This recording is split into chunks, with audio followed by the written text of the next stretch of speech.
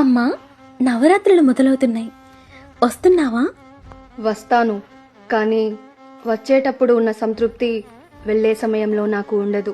అదేంటమ్మా, ఈ 9 రోజులు పూజలు నైవేద్యాలు అన్నీ బాగానే చేస్తున్నాంగా, మరి అసంతృప్తి ఎందుకమ్మా?